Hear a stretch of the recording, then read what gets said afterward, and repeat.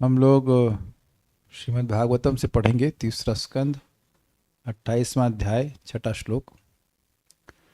आप लोगों ने पांचवें में पढ़ा था मौनम सदासन जय स्थैर्यं प्राण जय शनैः प्रत्याहारश्चेन्द्रियाणां विषयान् मनसा हृदि। सदा मौन रहे, व्यर्थ की बात न करे, और सदा आसन जय, इसे भी कह सकते हैं, आसन को जय करे और उसके द्वारा स्थैर्य को प्राप्त करे, और इस प्रकार वह स्थैर्य प्राप्त करके समझ रहे ना तो ये स्थैर्य नहीं होता है, समझे बात, लगातार हिलता ही तो उससे मन स्थिर नहीं होगा। मन और शरीर का लिंक होता है, थोड़ा स्थिरता से। चलिए कम से कम सीधे बैठने का अभ्यास कीजिए, ना हो तो कम से कम पीछे थोड़ा सा टेक लगा ली, थोड़ा थोड़ा बीच बीच में देर में थोड़ी देर, लेकिन इतना अभ्यास कीजिए कम से कम। ये सब अभी काले कृष्ण थोड़े से अभी देखो तोन निकलना शुरू हो गए अरे सीधे बैठो भाई, बुढ़ापा आ रहा है, अरे 32 साल में बुढ़ा हो गए तो सब। हम थोड़ा सा सीधे बैठने का अभ्यास रखना चाहिए, हैं? भगवान करा देंगे। अच्छा, ये तो एकदम लेजी लोगों की सिद्धांत है, भगवान करा देंगे तो हम करेंगे, नहीं तो भगवान अब आके रीढ़ की हड्डी तो भगवान दिए है ना आपको कि वो भी कोई और देंगे, सामर्थ्य भी देंगे। क्या कमजोरी है 300 ग्राम राइस खाने के बाद में कमजोरी लग रही है आपको कुछ नहीं पाया। अच्छा, दुनिया ने इनको ब्लैन के लिए बैन कर दिया, मिला नहीं, गैस खत्म हो गया। अरे नो, इस आलसिक सिद्धांत है। God helps those who help themselves. ये भगवान यहाँ पर माता देवहूति के लिए ब्रेसेस नहीं लगा रहे हैं बैठ करके अपनी माँ के लिए कह रहे नहीं, बारे में अंदर सामर्थ्य नहीं दे रहे। देखने में कमजोर लग रहे हैं आपको, कोई नहीं देगा, वोट देगा कोई इनको? ये सब खाली कहने की बात है। When you think you can't, you can't. मत, जिसको करना हो करे भाई। भगवान की नहीं मानना चाहते हो बात ना मानो, लेकिन स्पष्ट है सदा आसन जय स्थैर्य। फिर प्राण जय शनः, धीरे धीरे प्राण को जय। वैसे धीरे धीरे आसन पे भी आ जाएगा। देखिए एकदम से कोई 3 घंटे नहीं बैठ सकता है कल हम 15 मिनट प्राणायाम के लिए बोल रहे थे तो माता जी आज करना शुरू, कहने प्रभु जी हाथ दर्द हो रहा है तो हमने कहा अरे एकदम एकदम 15 मिनट कैसे कर लोगे आप? आपको ऐसे लगातार रखना पड़ता है हाथ को, तो आप ऐसे लगातार कैसे करेंगे? ध्यान दीजिएगा कि बात की हम प्राणायाम की बात कर रहे थे, उसमें लेफ्ट हैंड से नहीं होता है, उसके पीछे भी लॉजिक है बहुत सारा, लेकिन राइट से ही होता है। यही थक गया तो लेफ्ट से करने लगे, ऐसा नहीं होता है। Should I tell you why? चलिए बता देते हैं, इंटरेस्टिंग इन्फॉर्मेशन है। ये है आपका, ये मेरा राइट है, ध्यान दीजिएगा, बोले लेफ्ट लग रहा है आपको, ये राइट है, इसे कहते हैं सूर्य स्वर, और ये है लेफ्ट, इसे कहते हैं ईड़ा चंद्र स्वर। तो आपके ये जो है अंगूठा मेरा राइट है, ये अग्नि होता है। सो नाउ दिस टचेज अग्नि, सूर्य, और इधर वाला भाग वाटर वगैरह कुछ होता है, तो ये कूल मतलब सूर्य स्वर को टच करेगा। आप उल्टा कर देंगे तो ये अग्नि चंद्रमा को टच करेगा, और जो कूलिंग वाला पार्ट है वो सूर्य को टच करेगा। इसलिए जब भी आप अनुलोम विलोम करते हैं तो राइट हैंड यूज करते हैं, like this, and this is called Vishnu मुद्रा। ये आपके अभी आने वाला अगले श्लोक से लिंक है। आपके मूलाधार, स्वाधिष्ठान और मणिपुर चक्र को बैलेंस करता है। ये सब चक्र होते हैं, लेकिन अब खाली बात हो रही है थोड़ा सा इसकी, तो बात हम बता दिया आपको। तो बुला लीजिए अंदर, वो तड़ीपार से लगे देश निकाला नहीं, आ जाइए भाई, पूरे परिवार सहित आइए, क्या दिक्कत है आइए इधर आ जाइए, आप टेम्पो में बैठ जाइए, बगल वाली सीट बैठ। तो आइए आइए, स्वागत है आप लोग। तो ये था प्रत्याहार, थोड़ा समझ में ना आया होगा। प्रत्याहार मतलब इंद्रियों का रडार बाहर जाता रहता है, ये चाहिए वो चाहिए, तो उसको खींच करके मन के विषयों से खींचना और हृदय में फिक्स करना। मीन्स बेसिकली अपने सेंस में तुम लोग को बहुत सिंपली करना है कि विषयों का चिंतन छोड़ करके खींच करके हृदय पे स्थित करना है।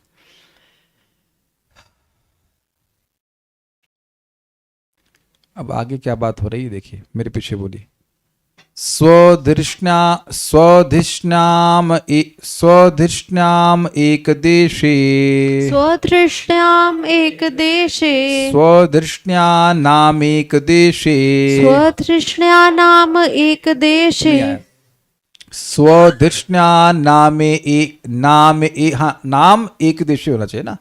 स्वधिष्ण्याम नाम, स्वधिष्ण्याम एक देशे, स्वधृष्ण्याम् एक देशे, नहीं आ रहा, स्वधृष्ण्या नाम एक देशे, स्वधृष्ण्याम एक देशे, ना भी छूट रहा है, स्वधृष्ण्या नाम एक देशे, स्वधृष्ण्या नाम एक देशे, मनसा प्राण धारणम, मनसा प्राणधारणम, वैकुंठ लीलाभिध्यानम, वैकुंठलीलाभिध्यानम, समाधानम तथात्मनः, समाधानं तथात्मनः, स्वधृष्ण्यानाम् एक देशे, स्वदृष्ट्या नाम एक देशे, मनसा प्राणधारणं, मनसा प्राण धारणम, वैकुंठलीलाभिध्यानं, वैकुंठ लीलाभिध्यानम, समाधानं तथात्मनः, समाधानम तथात्मनः। इससे पहले हम आगे जाएं, एक भक्त ने प्रश्न किया कि ये शास्त्र पढ़ने कैसे चाहिए। देखिए, इस विज्ञान को समझिए, मैंने पहले समझाया था, फिर समझा रहा हूं। Read, here, read, at least here and read. देखिए, बात यह है कि टीचर का काम केवल 25% होता है, वो आया बैठा प्रवचन देके चला गया। अब 75%, 3/4 काम स्टूडेंट का होता है। तो आपने जो पढ़ा, भाई सुनना एक हो गया, मतलब सुनाने वाला ने तो काम कर दिया आपका, तो अब बाकी पढ़ना, उस पर विचार करना, रिवाइज करना, ये सब तो आप लोग करते थे कि नहीं? जब भौतिकतावादी पढ़ाई करते थे तो कैसे पढ़ाई करते थे? मैं ट्यूशन पढ़ाता सबको पढ़ के, अगर बहुत अच्छे स्टूडेंट रहे होंगे तो पहले से पढ़ के जाते थे, याद है आपको? नहीं किए होंगे लोग। अरे सब कैसा बैच मिल गया, कोई पढ़ा कोई नहीं है। पहले से पढ़ के जाते हैं, फिर टीचर पढ़ाता है तो फिर उसके बाद सुनते हैं, उसके बाद फिर आके रिवाइज करते हैं। जिसमें नंबर कम आए होंगे वही काम नहीं किए होंगे आप। ये नंबर की भारी बात नहीं है, विद्या को धारण करना है तो ये अभ्यास करना पड़ता है कि भाई बहुत सारी बात जो बोली जा रही है वो छूट जाती है। उस समय में तो रिकॉर्डिंग भी नहीं होती थी, मतलब हम लोग के समय में रिकॉर्डिंग होती तो हम लोग स्कूल जाते ही नहीं रिकॉर्डिंग सुन के पास हो जाते। But this is how you study. एक बात आप समझ लीजिए कि शास्त्र को आप ये कुंजी की तरह से नहीं पढ़ सकते। कुंजी स्टाइल होता था ना कि पूरा साल नहीं पढ़ाई किए, कुंजी देखे और एग्जाम देके पास हो गए, वो नहीं चलेगा। We are not here to increase, we are not here to get degrees. समझ रहे हैं? कोर्स कवर करने के लिए नहीं है। चीजें क्या हैं वो दिमाग में बैठा करके अपने लिए कुछ काम का है वह लेके जाने के लिए। Is it not? ये बहुत इंपॉर्टेंट बात है, आपको ध्यान देना होगा कि क्या चीज आपके इंपॉर्टेंट है। और एक और बात समझ लीजिए कि मुझे एकदम से पता है कि जो शुरुआत में भागवत हम पढ़ रहे होते हैं उनकी दृष्टि किस प्रकार की होती है, कि मेरी भी थी है वैसी इसी प्रकार की। कुछ समझ नहीं आता था क्या लिखा हुआ है वहां पे, शब्द ही समझ में नहीं आ रहा है, कौन सी भाषा समझ में नहीं आ रही, तो how you will relish, how is it possible? Not possible. पढ़ करके हाँ हमने लिख दिया, आधा घंटा हमने पढ़ लिया, बस काम खत्म। ये होता ही है, and you can't be blamed, क्योंकि अगर अपने से पढ़ेंगे तो ऐसा ही होता है। इसलिए यहाँ चाहे हम 1 श्लोक 2 श्लोक पढ़ रहे हैं, वो बहुत बड़ा एसेट हो जाएगा अगर आप उसको एक बार दोबारा भी पढ़ेंगे। तो अगर रीड हियर रीड नहीं हो रहा है तो चलिए रीड छोड़ दीजिए, एटलीस्ट हियर एंड रीड कर लीजिए। जो पढ़ा है, जो सुना आपने, उसको दोबारा पढ़ लेंगे तो बहुत बहुत बहुत ज्यादा हो जाएगा। खाली पिछले श्लोक का एक शब्द है मौन, अब जीवन ने चेंज कर देगा। ये बताइए, आप पूरा जीवन चेंज, पूरा आध्यात्मिक जीवन चेंज कर देगा मौन, केवल मौन का अभ्यास। ये नहीं कि जैसे कोई दिखे और बोलना शुरू, और ये भी ना सोचे कि व्यक्ति उसके लाभ के लाभकारी है कि नहीं। Will it not change your life? सारे अपराध तो वाणी के द्वारा ही बन रहा है, मोस्टली तो वाणी के द्वारा अपराध बन रहा है। तो ये बात नहीं है कि आपने कितना ज्यादा पढ़ा है, उसमें से काम की बात कितनी आई आपके जीवन में। बहुत इंपॉर्टेंट बात है ये। कल एक बात और छूट गई थी मौन में। देखिए, मौन में एक और बात जरूरी है कि हम व्यर्थ की बात सुने भी नहीं। जब व्यर्थ की बात सुनेंगे तो मुख से व्यर्थ की बात निकलेगी भी। अब यहां एक बड़ी सुंदर शिक्षा परम पूज्य राधा गोविंद महाराज देते हैं।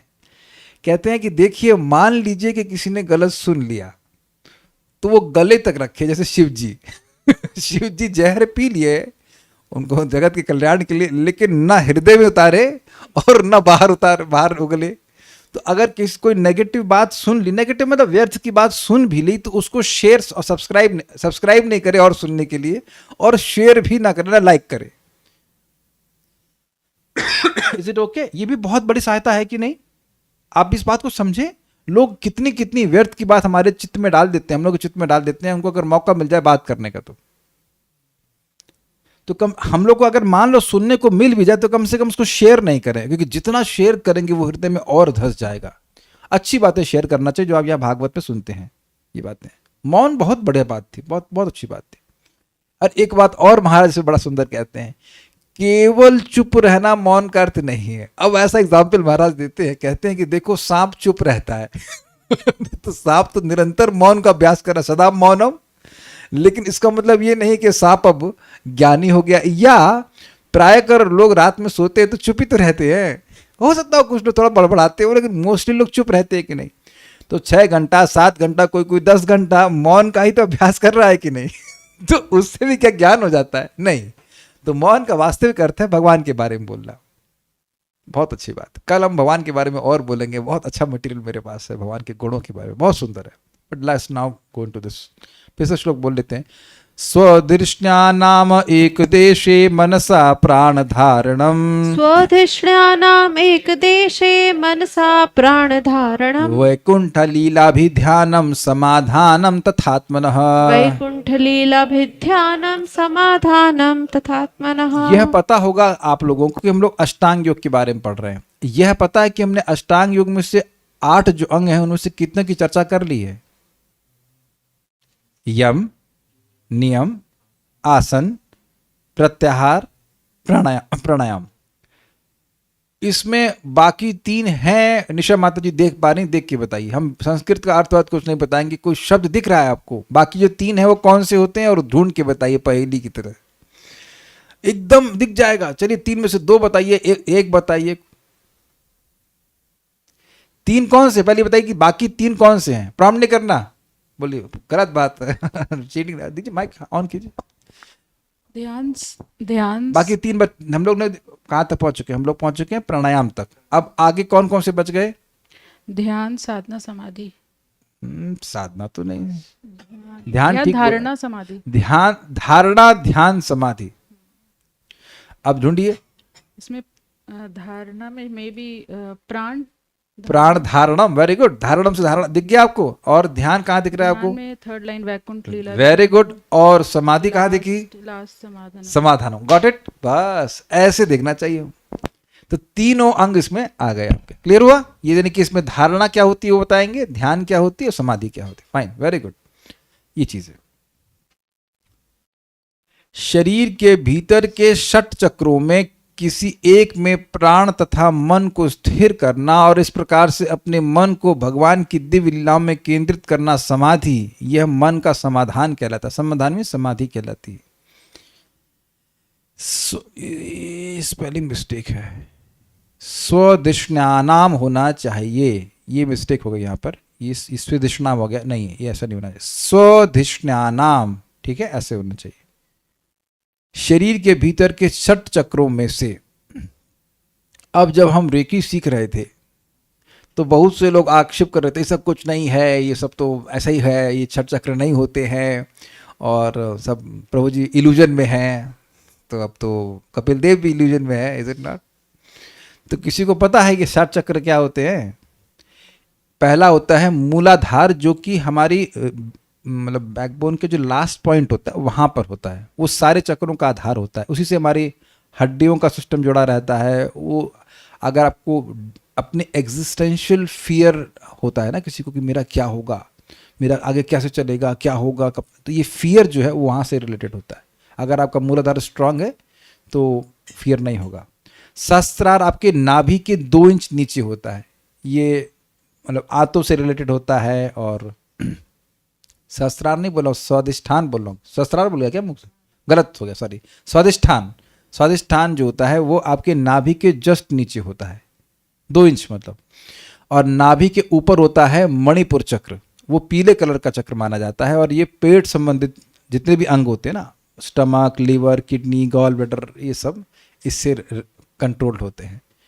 और उसके बाद इधर यहाँ पे हृदय के स्थान पर, ये सेंटर में ग्रीन कलर का होता है अनाहत चक्र, हृदय चक्र कहते हैं। इससे आपके इमोशंस कंट्रोल होते हैं, इससे आपका हृदय भी कंट्रोल होता है, लंग्स एरिया भी कवर होता है सूक्ष्म रूप से। और यहाँ पर होता है थ्रोट चक्र, इसे कहते हैं विशुद्धि चक्र।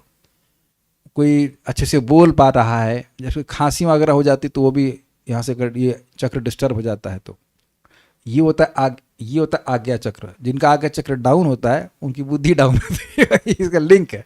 आज्ञा चक्र खूब प्रकाशमान है तो बुद्धि बहुत तेज होगी। और सहस्त्रार यहाँ होता है, मतलब 2-3 इंच ऊपर रहता है, और इसमें आपका स्पिरिचुअल चक्र होता है। आध्यात्मिक लोग जो बहुत अच्छे होते हैं उनका वो एलिवेटेड रहता है। देखा वो पीछे वो फोटो दिखाते हैं लाइट वाली, इसी तरह से।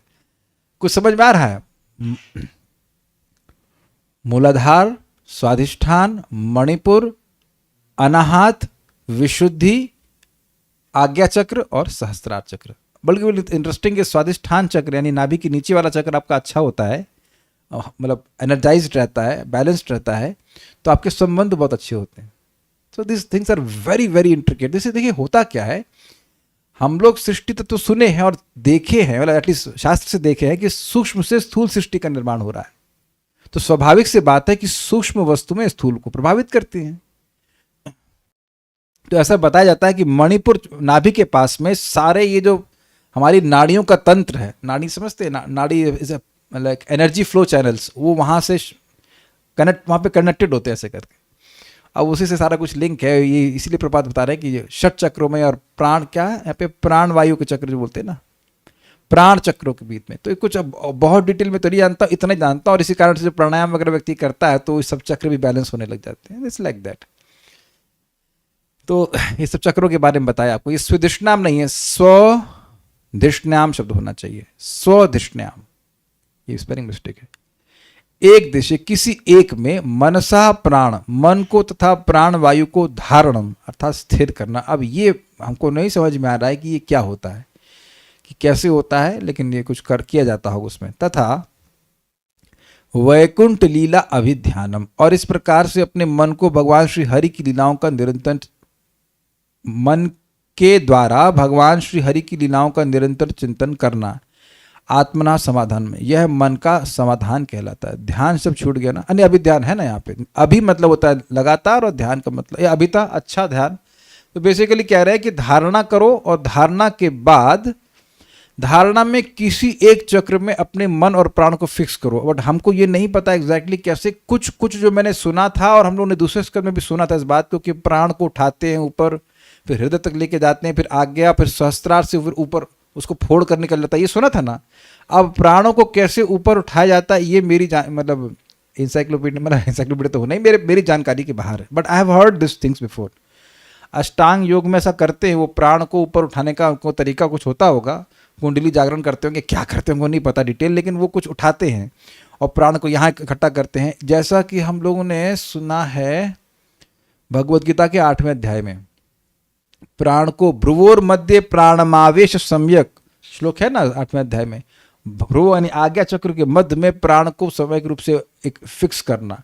और आपने सुना भी होगा, पहले लोग, बहुत से लोग मेडिटेशन में से करते हैं, आंखें बंद करो और यहाँ पर ध्यान करो, तो ऐसा कुछ लोग करते हैं। हमको नहीं पता डिटेल्स के बारे में, लेकिन इसको धारणा कहते हैं, जहाँ मन को किसी एक चक्र में फिक्स किया जाता है, ऐसा करके बोल रहे हैं। और उसके बाद भगवान की लीला का ध्यान किया जाता है, और फिर उसमें समाधि लगती है। तात्पर्य, शरीर के भीतर प्राण वायु के आवागमन के 6 चक्र हैं। पहला चक्र उदर के नीचे, अच्छा चलिए गिनते हैं। पहला चक्र उदर के नीचे, दूसरा हृदय प्रदेश में, तीसरा फेफड़ों के पास में, चौथा तालु में, पांचवा भवों के बीच में, तथा सर्वोच्च छठा चक्र मस्तिष्क के ऊपर।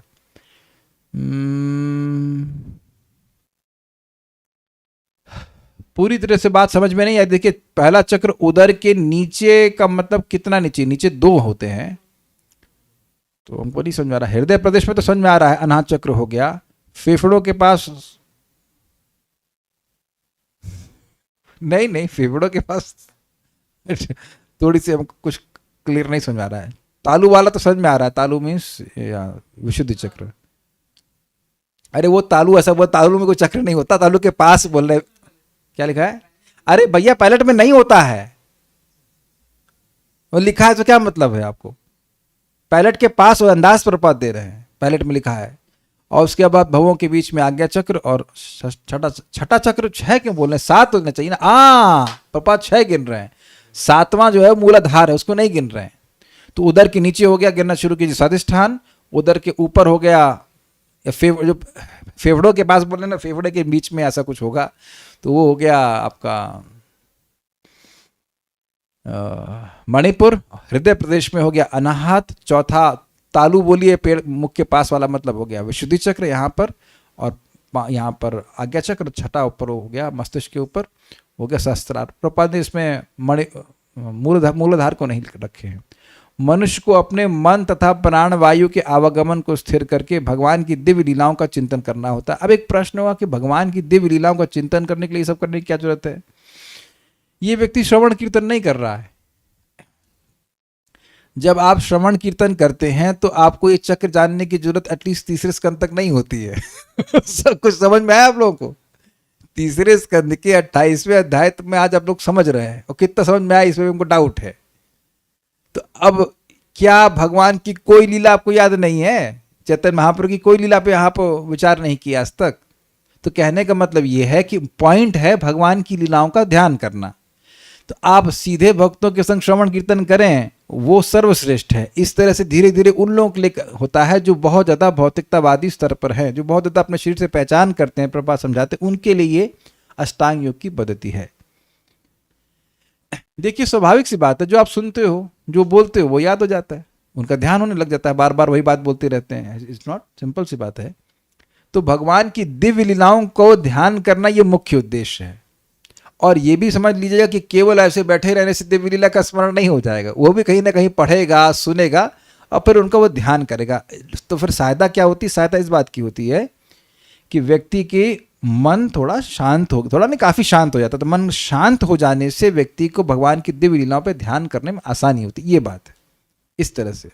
लेकिन अगर भगवान की दिव्य लीला का ध्यान नहीं किया तो उसका कोई योग का मतलब रहा नहीं। जो कि पिछले श्लोक में प्रभुपाद ने समझाया था, केवल आसन को जय कर लेना ही उद्देश्य नहीं है। इसका कहीं भी उल्लेख नहीं है कि मनुष्य अपने को निराकार या शून्य में केंद्रित करे। स्पष्ट उल्लेख है वैकुंठ लीला। जब तक परम सत्य श्री भगवान की लीलाएं दिव्य ना हो, तब तक उनके विषय में चिंतन के लिए गुंजाइश क्या कहां?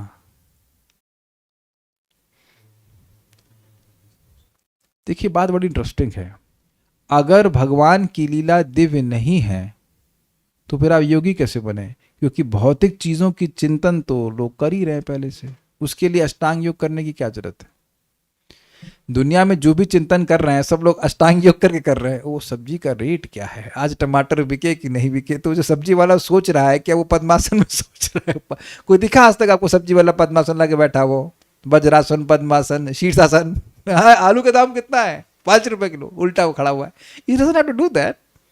तो मन तो असतपति है, वो तो वैसे जा ही रहा है उसमें असत में, तो उसके लिए कोई जरूरत नहीं है। यानी कि भगवान की लीला का ध्यान करने का मतलब, यहाँ पे जो श्लोक लिखा हुआ इसका मतलब है कि लीला दिव्य है, तब ना आप वहाँ पे इतना सब मेहनत करके, यम नियम आदि का पालन करके क्या उसका प्रयोजन रहा कि भगवान की लीला का ध्यान करने के लिए योग्य बन जाए? ये बात हुई। That shows that Krishna's lila pastimes are transcendental. वो दिव्य हैं तब ना उनके बारे में बोल रहे हैं, वो अंत में आ रहा है ना कि नहीं, ये बात है। भगवान की भक्ति, कीर्तन तथा लीलाओं के श्रवण के द्वारा ही यह ध्यान एकाग्रता प्राप्त किया जा सकता है। मतलब जरूरी नहीं है कि आप ये सब करें, सब आसन आदि करें। देखिए आसन और प्राणायाम आदि की सहायता हम उतनी लेते हैं जितना हमारी भक्ति में जरूरत है। अब ये नहीं कि सुबह उठते ही अब सुबह से 2-3 घंटा प्राणायाम में लग गए पर जब करने का मौका ही नहीं मिला। That is not the point. युक्त वैराग्य प्रिंसिपल आप जानते, जितना अपने काम का उतना ले लिया।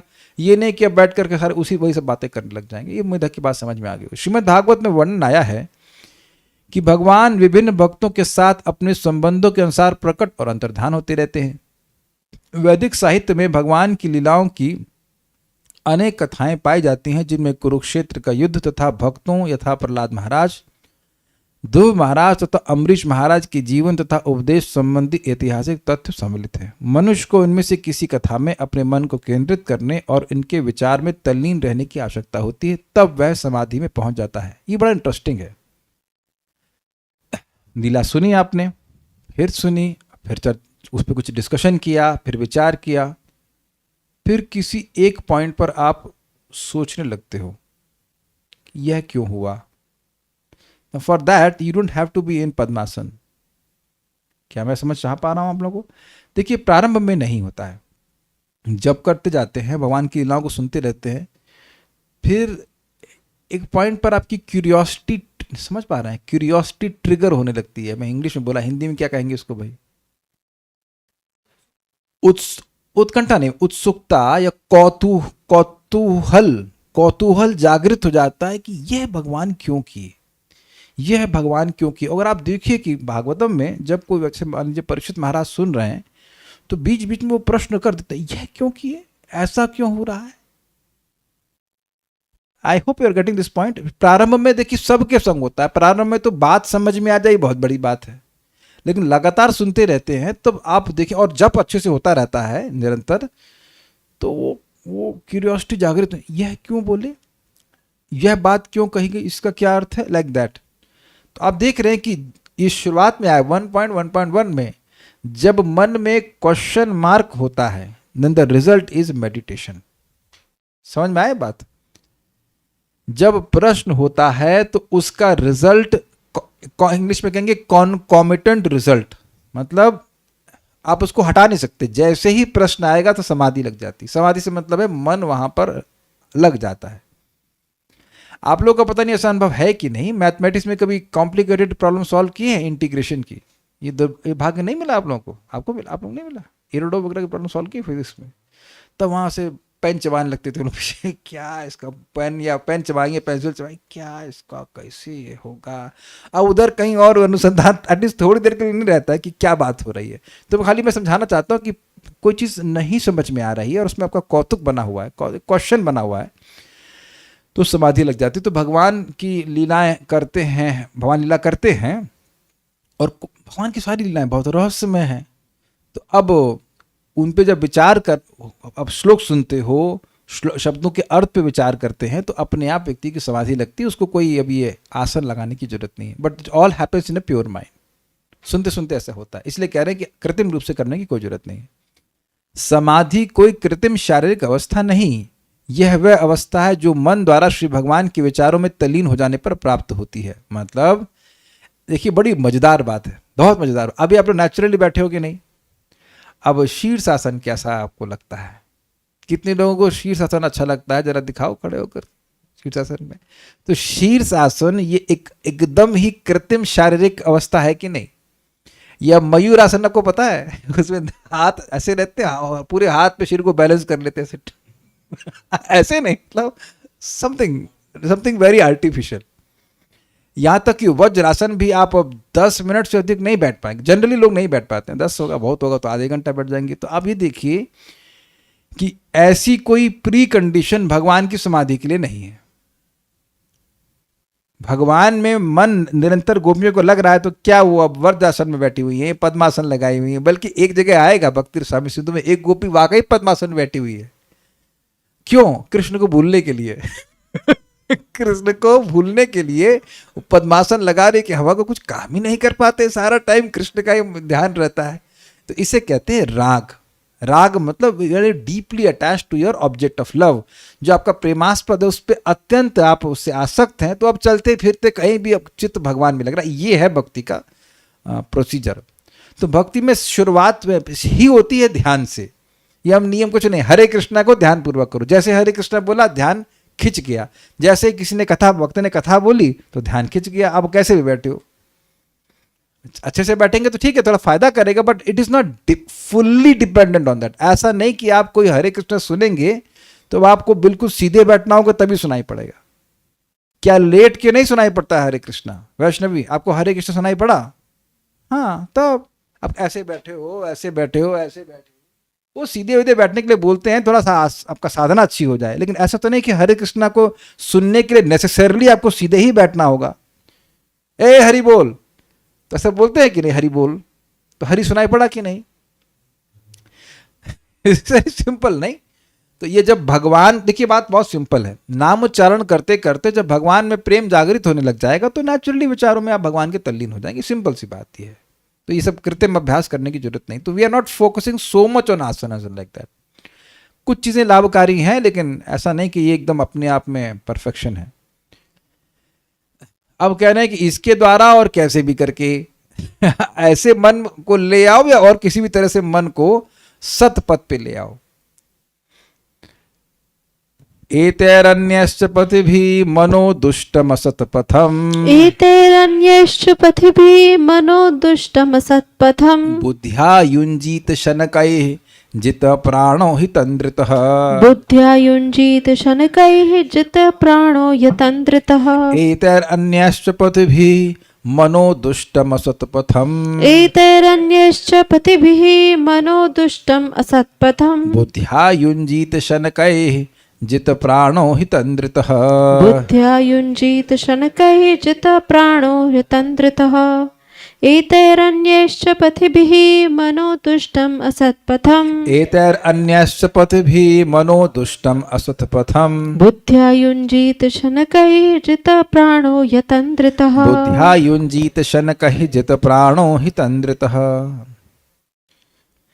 इन विधियों से या अन्य किसी सही विधि से, अन्य किसी सही विधि से मनुष्य को अपने दूषित तथा भौतिक भोग के द्वारा सदैव आकृष्ट रहने वाले चंचल मन को वश में करना चाहिए और इस तरह अपने आप को भगवान के चिंतन में स्थिर करना चाहिए। तो पॉइंट क्या है? पॉइंट है ये, भगवान के चिंतन में स्थिर करना चाहिए। कैसे?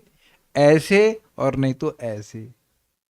ये श्लोक का मतलब सीधे नाक में पकड़ में आ रही है, घुमा के पकड़िए, कैसे भी करिए। मनः कृष्णा निवेशयेत, मन को भगवान में लगाना है। अतंद्रतः, तंद्रा मतलब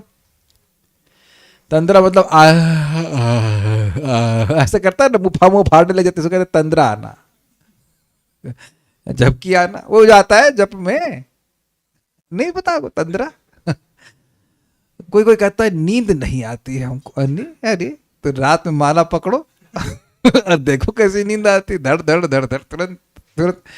हम तो प्रैक्टिकल देखे हैं। कहाँ का Kindle, where is my Kindle? इसको एक किंडल है, ये ऑलमोस्ट पेपर जैसा होता है, ऑलमोस्ट पेपर जैसा। इसको जैसे शास्त्र पढ़ना शुरू किया तो नींद आना शुरू हो जाती है, और फोन चालू कीजिए तो आप कितनी गहरी नींद हो वो तुरंत उड़ जाती है। और सारी बुरी खबर ही तो होती है उसमें, कुछ होता है भागवतम के बारे में तो जनरली होता नहीं है। So we have seen this, तो ये कर सकते हैं। लेकिन बात यहाँ पे हो रही है अतंद्रता, आलस नहीं। सतर्क मनुष्य प्राण वायु को जुता रोक कर एतय, इन साधनों से जिनका वर्णन हुआ 8 प्रकार के, च अन्य, और अन्य किसी और साधन से, अन्य किसी प्रमाणिक साधन से, पथ भी वाले उपायों से, दुष्टम यानी दुष्ट, असत पथम कुमार्ग गामी मन चित्त को बुद्धिया शनक ही युंजिता, बुद्धि के साथ या बुद्धि के द्वारा होना चाहिए, बुद्धि के द्वारा धीरे धीरे निसंदेह, मैं छोड़ दीजिएगा, बड़ी गलती होनी, धीरे धीरे निसंदेह वश में करके भगवान में लगा। ये मैं यहाँ था, उधर गलती से आ गया। कहने का मतलब है भैया सतर्क रहो। अब इस पे थोड़ा मैं कुछ कहना चाहता हूं। आपने ये नोटिस किया होगा कि मन बहुत सारे विचारों से युक्त रहता है और वो एक के बाद एक संकल्प उसमें आते रहते हैं। तो अगर हम किसी कार्य में व्यस्त हैं तो बहुत सारे संकल्प तो हम ध्यान ही नहीं देते। अग्रीड? बुद्धि अगर कहीं लगी है, ऐसे मैं जब पढ़ता हूँ तो बहुत सारे संकल्प याद, आई जस्ट डोंट नो, कि नेग्लेक्ट भी नहीं करना पड़ता, वो कहाँ गायब हो जाते हैं पता नहीं चलता। अरे जो कार्य करना आपको अच्छा लग रहा होता है तो उधर अपने आप फिर मन का संकल्प उधर जाता नहीं है, उधर बुद्धि लग गई करके शास्त्र में, या जो कार्य आप कर रहे हो आपको अच्छा लग रहा है तो यू अंडरस्टैंड कि इसमें आपको कुछ टेंशन नहीं होती है। लेकिन आप अब सतर्क उस टाइम हो जाइए जब आप लो होते हैं पूरे दिन में। Is that sinking? क्या लोग रिलेट कर पा रहे हैं?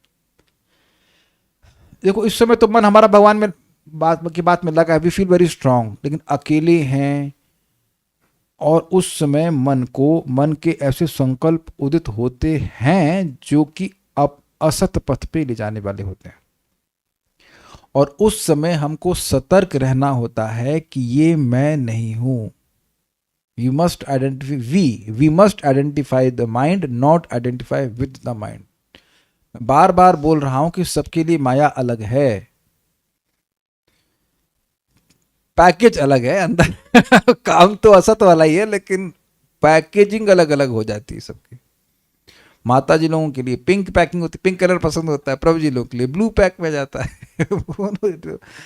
This is how, be very careful. ये सतर्क रहना पड़ेगा, क्योंकि ऐसे समझाता हूं आपको, एग्जाम्पल दिया गया है 5वें स्कंद में। जैसे आप कोई शिकारी हैं और आप किसी हिंसक पशु का शिकार करने जा रहे हैं, तो आप जानते हैं कि there is no scope of laxity for even a second. 1 second के लिए भी लैक्स हुए, थोड़ा झपकी लग गई तो वो झपक लेगा और खा जाएगा। समझ रहे एग्जाम्पल इस बात को? ये 5वें स्कंद में बोला गया है, ऋषभ देव के बारे में बोल रहे हैं, बहुत सतर्क थे वो। ये देखा गया है कि मन भगवान की भक्ति में लगा, अकस्मात कोई भौतिक विचार तुरंत बुलबुल बुलबुल करके ऊपर से प्रकट हो जाता है। ये होता है साधक को, जो साधना कर रहे हैं वो सब बात को समझ पा रहे हैं कि मैं क्या कह रहा हूं। तो सतर्कता का मतलब बुद्धि के, हमारे पास बुद्धि है शास्त्र की, और समझें कि भाई ये कार्य मन करने के लिए कह जरूर रहा है, लेकिन इससे हमारा फायदा कुछ नहीं होगा। इससे क्या फायदा होगा? और अगर ये प्रश्न आपने मन को कहा ना, तो वो एक कॉर्नर हो जाता है। उससे पूछो कि फायदा क्या होगा इससे, तो उसके पास कोई उत्तर नहीं होता। आप समझ रहे हैं मैं क्या कह रहा हूं? अगर आपने मन को पूछ लें कि भाई तू ये बोल तो रहा करने के लिए, इससे फायदा क्या होगा? फायदा तो कुछ नहीं होगा, थोड़ा मन कर। फायदा तो कुछ नहीं होगा। तब फायदा नहीं होगा, ध्यान दीजिएगा कि जिन चीजों से फायदा नहीं होगा उनसे नुकसान बहुत बड़ा हो रहा है। क्या ये सुनाई पड़ रही है बातें, और क्या समझ में आ रही हैं? जिन चीज से फायदा नहीं होगा उससे नुकसान बहुत बड़ा होगा, क्योंकि मनुष्य जीवन का एक क्षण बहुत महत्वपूर्ण है।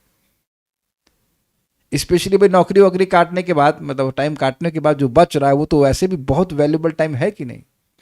आई विल रिपीट अगेन, जिस चीज से फायदा नहीं हो रहा है उससे नुकसान बहुत बड़ा हो रहा है। किसी को भी समझ में आए? अगर आई बात तो जरा लाइक बटन दबाइए। नहीं समझ में आई? अरे चलो थोड़ा न्यूज देख लेते हैं, क्या नुकसान है? नुकसान कुछ भी नहीं है, इज इट नॉट? कोई नुकसान नहीं। लेकिन अब उतने ही समय में कुछ और आप पढ़ लेते कि नहीं? मेरा अनुभव है, इफ आई अरे उठ जाए यार, if I open this book, I'm reading now Bhakti Sundarbha, I might just get a jewel in the next page when I swap it. मैंने स्वैप किया और अगले पेज में कुछ जबरदस्त बात, जैसे हमने सुनाया था ना कल कि यमराज कह रहे हैं कि जो लोग भजन कर रहे हैं उनको तो तुम नहीं ला सकते हो, 90,000 उनके रिश्तेदारों के पास भी मत चले जाना। ये बड़ी बात है ना। एक और हमने इसी पे पढ़ा था कि करोड़ों करोड़ों पीढ़ियां उद्धार हो जाती है। एक भक्त हमको व्हाट्सएप पे बोले, हम तो सुने थे 21 पीढ़ी, तो आप ब्रह्मा है। सब सुन लिए आप। बहुत कुछ है भाई पढ़ने के लिए, बहुत कुछ है, इंस्पायर होने के लिए बहुत कुछ है। तो ये बहुत बहुत खतरनाक बात है, बहुत खतरनाक बात है। तो इसीलिए बोला गया कि बुद्धि के द्वारा ये जो मन है जो निरंतर असत पथ पे ही जाता है, इसकी पिकनिक केवल असत पथ पे ही होती है। गलत जगह ही पिकनिक करने जाएगा, वो वापस खींचना होता है। And it is and literally endless हो जाता है, लगातार करते रहना, लगातार करते रहना। हाँ ये बात सत्य है कि अगर हमारा एक रेगुलर प्रोग्राम है तो आसान हो जाता है। जैसे आप सुबह उठ करके जब करते हैं, तो अगर आपका फिक्स टाइम है सुबह उठने का, तो मन कुछ बोलता ही नहीं है कि और कुछ करना है। रादर मन आपका दौड़ाएगा आपको कि भैया समय हो गया, क्या देख रहे हो भैया, सब लोग वेट कर रहे होंगे जब करने, तो चलो जब करने लो, पहुंच गए, तुम क्या कर रहे हो यार, क्या कर रहे हो? This is how mind gets trained. Is it okay? तो धीरे धीरे करके आप देखेंगे कि मन ना असत पथ से सत पथ पे चला जाता है। और बड़ी सुंदर बात परम पूज्य सच्चिदानंद महाराज ने बताई थी, बड़ा मजेदार। उन्होंने कहा देखिए भाई, मतलब वो हम बता रहे हैं उनको, उन्होंने कहने का, देखिए भाई नहीं बोले थे, इनका कहने का तरीका कि भक्ति का प्रोसीजर में टाइम क्यों लगता है। देखिए एक नदी एक विशेष पथ से बह रही है, समझ रहे हैं ना बात, एक पथ पे बह रही है। अब आपको पूरी नदी का पथ ही चेंज करना है। मान लो गंगा जी को, आप गंगा जी इधर जाती है ना बे ऑफ बंगाल की तरफ, उधर से उठा करके अरेबियन सी, सही बोल रहा हूं, अरेबियन सी की तरफ मोड़ना है तो मेहनत नहीं करनी पड़ेगी। तो जो मन के प्रवाह निरंतर भोग की तरफ जा रहा है उसको उठा करके मतलब चेंज करके भगवान की तरफ मोड़ना, मेहनत नहीं करनी पड़ेगी। निरंतर बुद्धि की आवश्यकता होगी। एक और बात होगी, सतर्क पे बोल रहा हूं। व्यक्ति सोचता है कि थोड़ा मैं देख लूं क्या है इसमें ऐसा। तो पहली बार तो आप क्यूरियोसिटी में देखेंगे, फिर उसका संस्कार पड़ जाएगा और फिर वो संस्कार व्यक्ति को प्रेरित करेगा।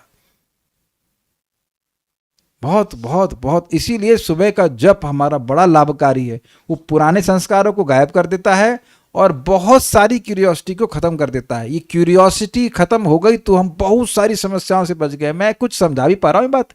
एक चीज, एक विषय सुना, अब उसके ऊपर कितने सारी बात निकल आती है, फिर उन सारी बातों को सुनते चले जाओ और भगवान की बात खत्म। तो ये ध्यान देना होगा कि हमारा जो मन है एटलीस्ट अपवित्र अवस्था में तो असत पथ पे ही जाएगा। इसमें कोई आश्चर्य आपने करना नहीं है। ऐसा नहीं कि आप माला उठाएंगे तो मन कहेगा हाँ हाँ बिल्कुल, क्यों नहीं, कृष्ण के रूप, कौन सा रूप बताओ, कौन सी लीला बताओ, कौन सी लीला, अरे तुरंत प्रेजेंट करता हूं मैं, क्लाउड से कम हूं क्या मैं, I will set everything, I will tell you everything. लेकिन ऐसा नहीं होता।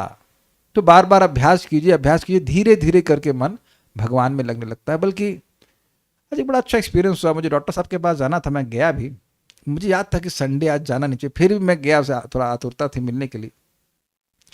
इतनी भीड़ थी और इस प्रकार की भीड़ थी कि वहां बैठा नहीं गया मैं। 5 मिनट बैठा, भाग गया। मैं कल परसों दिखाऊंगा जब खाली रहता है।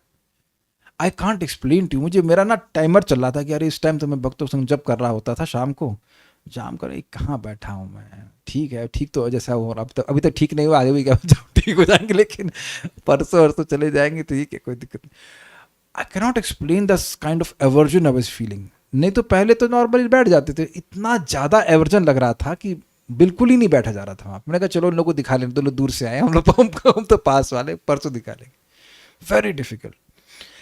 ये जो आप लोग सब लोग हम लोग साथ में बैठते हैं ना, I feel very happy. I must tell you, मैंने आज तक कभी बोला नहीं आप लोग को, आज बोल रहा हूँ, लेकिन सही में बड़ी प्रसन्नता होती है कि भक्त लोग बैठे हैं जो भागवत को डिस्कशन करना चाहते हैं, सुनना चाहते हैं। बड़ा क्रिटिकल है, क्रिटिकल नहीं, बहुत रेयर है ऐसे लोगों की संगति मिलना जो भागवत सुनना चाहते हैं। मतलब कुछ इतना इंटरेस्ट है। आप लोग पता नहीं मेरी बात से रिलेट कर भी पा रहे होंगे ना। बहुत से लोग, आप मेट्रो में जाओ, देखो, घूमो, सबकी शक्लें देखो, कोई भागवत बोलने लग जाओ तो सारे भाग जाएंगे मेट्रो के, टेररिस्ट आ गया, टेररिस्ट आ गया, बम फोड़ देगा। जस्ट एलर्जी से लगने लग जाती। क्या यार, शक्ल से दिखता है कि भागवत नहीं सुनने वाले हैं। तो मैं खाली बोल रहा हूं कि ये मन में कुछ पवित्रता आई है तब ना इस प्रकार की एलर्जी है। इस प्रकार की एलर्जी बड़ी अच्छी एलर्जी है। यस, नहीं तो भौतिकतावादी लोगों को देख करके मुझे प्रसन्नता आती है। लोगों की तात्पर्य एतर अन्यश्च, सामान्य योग क्रिया में विधि विधानों का पालन, विभिन्न आसनों का अभ्यास, प्राण वायु चक्र में मन को केंद्रित करना तथा भगवान का उनकी वैकुंठ लीलाओं में चिंतन करना सम्मिलित है। यह योग की सामान्य विधि है। यही एकाग्रता या ध्यान अन्य संस्तुत विधियों से भी प्राप्त की जा सकती है। अतः अन्यश्च शब्दों का प्रयोग हुआ, मतलब भगवान पे ध्यान करना है, ऐसे कर लो, ये पसंद आ रहा है, या कोई और तरह से पसंद आ रहा हो तो वैसे कर लो। मुख्य बात यह है कि भौतिक आसक्ति के कारण कल्मशग्रस्त मन को वश में करके उसे पूर्ण पुरुषोत्तम भगवान में स्थिर करना होता है। इसे ऐसी किसी वस्तु पर जो शून्य या निराकार हो स्थिर नहीं किया जा सकता। ये संभव ही नहीं है।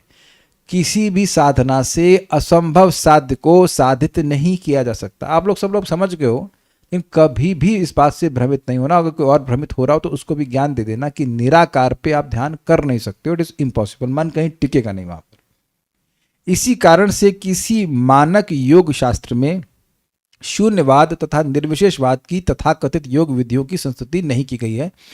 एतैर अन्य का मतलब हुआ कि अन्य किसी प्रामाणिक विधि से, जो जरूरी नहीं कि इसी प्रोसीजर से जाए, लेकिन उसका कल्मिनेशन समाधि होना चाहिए भगवान में। लेकिन वो भगवान में समाधि होगी तभी उसका, अगर उसका पर्यवसान भगवान में होगा तभी प्रमाणिक मानी जाएगी। भगवान के अलावा किसी देवता में, निराकार में, कहीं पे भी अगर बात जाएगी तो वह प्रमाणिक नहीं है। हमको बहुत अच्छा लगता है प्रभुपाद जी के तात्पर्य ना एकदम क्लियर कर देने, कोई कंफ्यूजन नहीं है भाई। इस जमाने में कलयुग है स्पेशली, तो अब हर चीज में लोगों के मतामत रहते हैं, ये भी ठीक है, वो भी ठीक है, वो भी ठीक है, उसके अलावा जितने बाकी समय वह भी ठीक है। बट व्यक्ति हुआ था कंफ्यूज, वो ठीक नहीं हो पाता है कि नहीं। लेकिन अब स्पिरिचुअल लाइफ में कंफ्यूजन नहीं है। This is very nice. अगर आप ग्रंथ प्रभुपाद जी के निमित्त पढ़ रहे हैं, अकेले नहीं पढ़ो, हमारे संग पढ़ो, कोई बात, मुझे नहीं पढ़ रहा, मुझे पता है नहीं पढ़ रहे, कोई बात नहीं, हमारे साथ तो पढ़ लो। आप जितना हमारे साथ पढ़ेंगे उतने से भी सारे कंफ्यूजन क्लियर हो जाएंगे कि निराकार पे ध्यान नहीं करना है। It is not possible. वास्तविक योगी तो भक्त है क्योंकि उसका मन सदैव भगवान कृष्ण की लीलाओं में केंद्रित रहता है। फलतः कृष्ण भक्ति सर्वोच्च योग पद्धति। इस पे प्रपात ने एक बुक भी लिखी है, Krishna consciousness the top most yoga system. एक बात छूट गई, उसको बोल के खत्म करेंगे। यहां पर मन को धीरे धीरे बुद्धि के द्वारा वश में करके लाए, ये बात इंपॉर्टेंट है, इसको थोड़ा हम डिस्कस कर लेते हैं। देखिए, मन को थोड़ा बच्चे की तरह बहलाना होता है। आपने जप किया, चलो अच्छे से तपस्या कर लिया, सुबह उठ गए, सब कुछ है, थोड़ा अच्छा प्रसाद दे दीजिए मन को। अच्छा जैसे कल वेदवादिनी की सब्जी अच्छी नहीं बनी थी तो हम चुप हो गए थे, हमने कहा भाई वाचो वेगम मनसा क्रोध याद कर, आज बहुत अच्छा बना है, बहुत बहुत अच्छा बना है। तो अब देखिए, हम एटलीस्ट मैं अपनी बात करूं, आप लोग तो उससे ऊपर हो गए मैं जानता हूं, लेकिन अच्छा भोजन मिलने पर थोड़ा मन खुश हो जाता है। हम क्लास में नहीं प्रकट होने देते हैं, लेकिन इतना कंट्रोल कर लेते हैं। लेकिन आज हमने बहुत अच्छा बनाया, वेरी सिंपल प्रसाद, वेरी टेस्टी। सो आप देखिए कि उस मैंने उनको समझाया भी कि हमारी कोई ज़्यादा नीड्स नहीं है, बस 2 टाइम अच्छा प्रसाद दे दीजिए तो वो 45 मिनट बाद में मन में प्रसन्नता। Do you feel like this? अच्छा प्रसाद मिल जाता है, यू फील हैप्पी। आप लोग को नहीं होता, काले कृष्ण को नहीं, ठीक है, आप क्लास ही नहीं समझ पा रहे, क्या करेंगे। लेकिन आप देखिए, ऐसा नहीं है बहुत वही पनीर सब्जी बनाई, कुछ नहीं, सिंपल परवल आलू एंड देन सिंपल राइस के whatever simple thing, you feel very satisfied, तो मन संतुष्ट हो जाता है। ये है, थोड़ा आप भक्तों से हल्का फुल्का मजाक कर सकते हैं, लेकिन ये नहीं कि अब दिन भर मजाक ही चल रहा है तो फिर जिंदगी मजाक बन जाएगी, ऐसा मन कंट्रोल नहीं होगा। ये हम नहीं कह रहे हैं, ये भगवान कह रहे हैं। ये भगवान 11वें स्कंद में कहते हैं, जैसे घोड़े कैसे कंट्रोल करते हो आप, कभी तो रस्सी खींचते हैं और कभी रस्सी छोड़ भी देते हैं। आप रस्सी खींचे ही रहेंगे तो वो जो घोड़ा है, क्या कहते हैं, उसे बिदक जाएगा, वो उड़ा के फेंक देगा आपको। तो मन को बहुत ज़्यादा टाइट करके रखेंगे, अब एकदम अच्छा प्रसाद भी नहीं, एकदम नमक भी नहीं छोड़ देंगे और फल पे ही रहेंगे, ये रहेंगे तो अब मन और एजिटेट हो जाएगा। आप करके देख लीजिएगा, ट्राई। बट अब एकदम ढील छोड़ दिया तो गड्ढे में गिरा देगा। तो कहीं कहीं मन को बोलना होता है, भाई अभी जब के पहले तो नहीं उठने वाले, जब से पहले तुम्हें कुछ खाने को नहीं मिलेगा। ऑब्वियसली अगर आपको डायबिटीज़ है तो मैं नहीं बोल रहा हूँ, लेकिन मोस्टली लोगों को डायबिटीज़ अभी नहीं है, तो ये चीज़ें बोलनी पड़ती। सुबह भाई देख, सुबह उठना पड़ेगा। अब पॉइंट क्या है, बुद्धिया शब्द हमारे लिए बहुत महत्वपूर्ण है। क्यों महत्वपूर्ण है? देखिए, अभी आप अनर्थ निवृत्ति भी मोस्टली क्रॉस नहीं किए, तो रुचि या आसक्ति, जहाँ तक मुझे, हाँ मुझे याद आ रहा है, रुचि के स्तर तक आपको बुद्धिपूर्वक भजन करना होगा। मतलब मुझे कैसा भी लगे ये मेरे लिए बहुत अच्छा है, ये बुद्धि का प्रयोग होता है कि नहीं? इस तरह से मुझे कैसा भी लगे ये मेरे लिए अच्छा नहीं है, मैं इसको नहीं करूँगा, ये मेरे लिए अच्छा है इसलिए करूँगा, ये बुद्धि का प्रयोग होता है ना। बुद्धि मीन्स डिस्क्रिमिनेशन। सुबह कब सोना है, सॉरी रात में कब सोना है, सुबह कब उठना है, ये सब आपको बताने की जरूरत तो है नहीं। तो अब ये बुद्धि का यहाँ उपयोग कीजिए।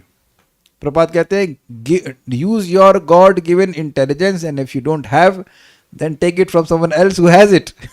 सोचिए बात, अगर भगवान ने जो बुद्धि दी है उसका उपयोग कीजिए। डिस्क्रिमिनेशन समझ रहे हैं?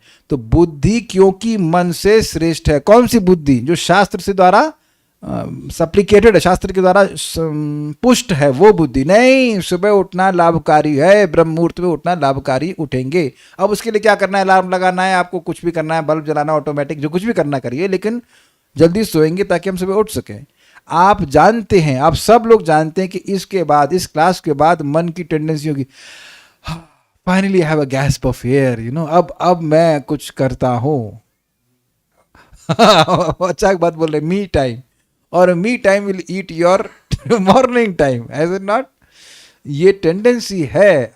मैं आज के कंटेक्स्ट में बोल रहा हूँ, जब स्मार्टफोन होता है उसको काटिए, बुद्धि के द्वारा काटिए उसको, अपने भगवान की बात पढ़ करके सो जाइए ताकि सुबह जल्दी उठ सकें। एक छोटी सी गलती एंड आवर्स विल गो। मैं बार बार रिपीट कर रहा हूँ। तो बुद्धि, क्योंकि शास्त्र से जो युक्त बुद्धि है, शास्त्र से सुनी हुई जो सुन करके बुद्धि स्ट्रांग होती, उसके द्वारा मन को वश में धीरे धीरे लाया जाता है। अगर कोई कह दे कि कल से बाबा को सुबह 3 बजे से लेकर दोपहर की 12 बजे तक चैंटिंग ही करनी है, तो मन एकदम बोले, कैसे करोगे तुम, कैसे कर पाओगे तुम? वो यही बोलता रहेगा और एकदम घबरा जाएगा ना। इसलिए धीरे धीरे करके मन को कंट्रोल में लाया जाता है। तो उम्मीद है सभी भक्त लोग इस बात को समझ रहे होंगे। ये बात बहुत गंभीर है। आप ऐसा, क्या हो गया? अरे भाई, जबरदस्ती मन के संग करेंगे तो मन बैकफायर करेगा और उसको कंट्रोल करना और कठिन हो जाएगा, इसलिए धीरे धीरे करके मन को वश में लाया जाता है। अब कुछ किसी का कमेंट है तो, वैकुंठ लीला का ध्यान और क्या है, kundali only rises from Muladhara, it contains the highest energy that rise and opens on all chakras, then why it is not counted? हमको नहीं पता, I am not interested. Prabhupada ji kundalini yoga को सब डिस्टर्ब है, क्या कुंडलिनी जागरण, this devotees are not interested. इससे देखिए भगवान का प्रेम नहीं मिलता। आपने सुना है कुंडलिनी, जिसने भी प्रश्न किया है, पता नहीं भी है कि नहीं, कुंडलिनी हाईएस्ट एनर्जी नहीं है, highest energy is hladini plus samvit, means love, bhakti, भक्ति की एनर्जी हाईएस्ट है। कुंडलिनी भी सब मटेरियल ही है। उस टाइम तो मन होगा माया के साथ रहने का, पता नहीं क्यों रहना चाहते हैं, नहीं। So will stop here. Shrimad Bhagavatam की जय, श्रील प्रभुपाद की जय, निताय गौर प्रेमानंदे।